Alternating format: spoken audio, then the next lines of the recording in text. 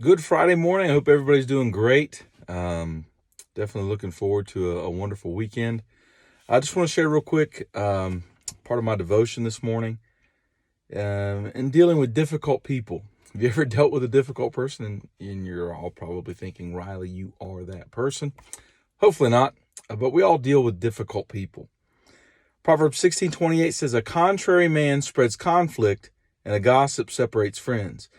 And all of us can be grumpy, hard-headed, difficult people to deal with sometimes. And from time to time, we have to encounter all these out of sorts people. So what is a Christian to do? How are we supposed to deal with this? And I think God's answer is straightforward.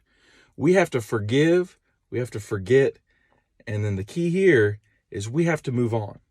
In Luke 6:23, Jesus instructs us, do not judge and you will not be judged. Do not condemn and you will not be condemned. Forgive and you will be forgiven. And so today and every day, I think we have to make sure that we are quick to forgive others for their shortcomings. And that's not always easy. And when other people misbehave, and they are going to misbehave from time to time, it seems like that's all over social media is when people misbehave. Don't pay too much attention to it. Just forgive those people as quickly as we can and try to move on as quickly as we can.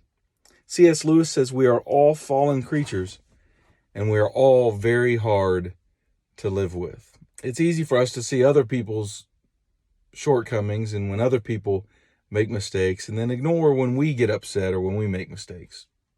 Genesis 50:20 says, but as for you, you meant evil against me, but God meant it for good, in order to bring it about as it is this day, to save many people alive.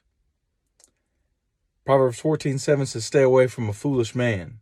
You will gain no knowledge from his speech. And I'm going to close with this. Proverbs 22:24-25 says, don't make friends with an angry man, and don't be a companion of a hot-tempered man, or you will learn his ways and entangle yourself in a snare. And so one of the keys here is we don't need to allow ourselves to be entangled, as it says in Proverbs 22, entangled or caught up in other people's emotional outbursts. And if someone's ranting, raving, you have the right to get up and leave. You can say, I don't want any part of this or whatever it is. But emotions are highly contagious. And so if someone else is angry, pretty soon we're going to be angry. So we need to do our best to remain calm. And certainly we may need to leave the scene of the crime. And so God wants us to use our wisdom that he's given us and make wise choices and make great choices about how we deal with others and how we deal with folks that are being difficult. But he certainly wants us to do